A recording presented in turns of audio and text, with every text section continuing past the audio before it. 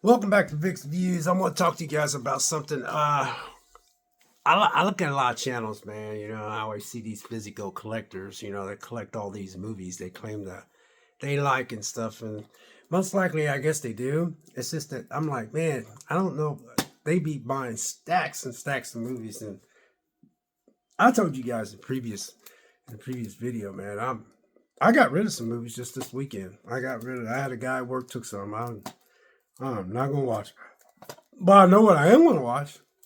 And this is weird.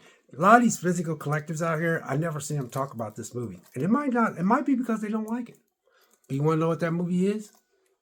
Boom. Elephant Walk. This is an excellent movie. Now, a lot of y'all ain't going to like this movie because a lot of y'all in your 40s and 50s, I guess. But I know some of you remember this movie. But Elizabeth Taylor and Peter Finch and Dana Andrews. Dana Andrews, man, he's in another movie I'm going to talk about here. But in this action-packed drama set in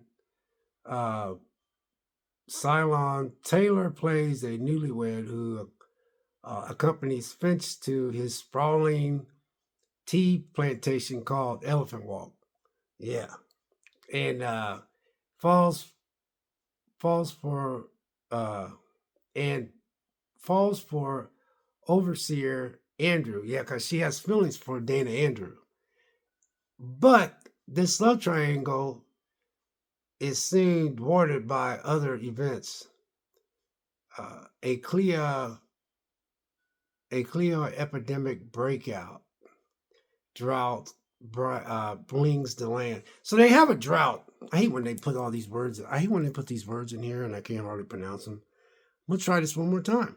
It says a cholera epidemic breaks out. Drought blights the land, and the herd of thirst maddened elephants devastate the plantation in a thundering stampede. I remember watching this movie with my mom. Now, my mom, God rest her soul, she's gone.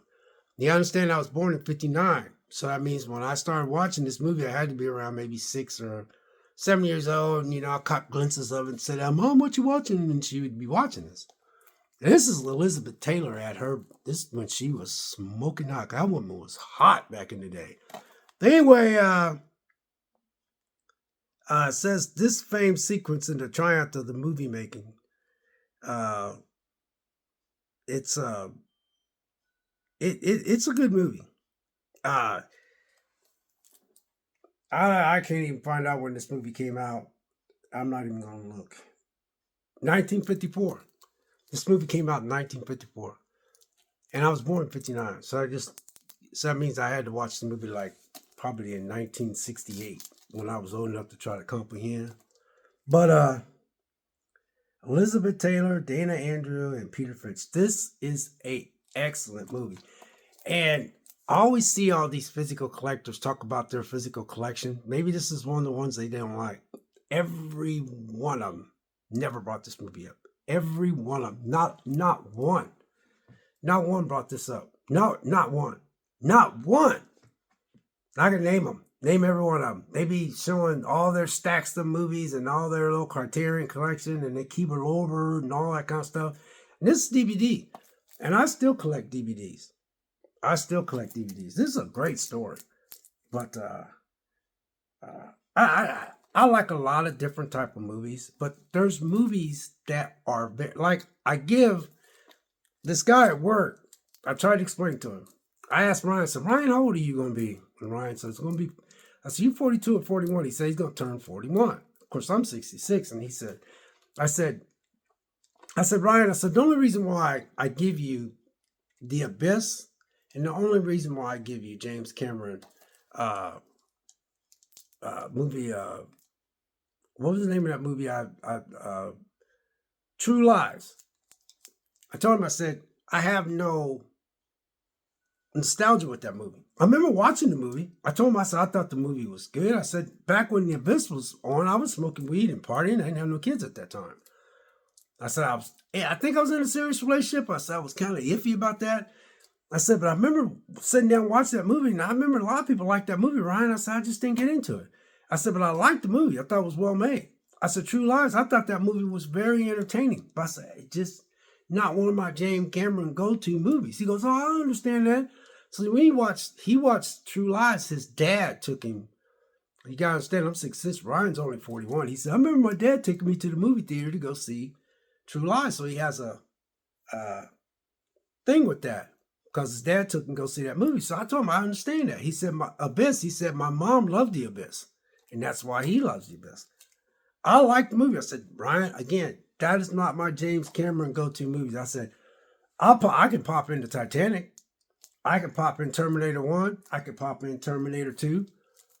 And I don't know if there's any other. Oh, I said, there's another James Cameron movie out. I said, Avatar. I said, but True Lies and Abyss, man, I said, as well made as they are, Ryan, I just don't have that. And when I explained to him, he got it. I said, great movies, well made, everything about it. I said, it's not one of those movies I'm just gonna pop in and watch. I'll pop in Titanic. I just got me a new setup, man. I mean, I got me a setup from.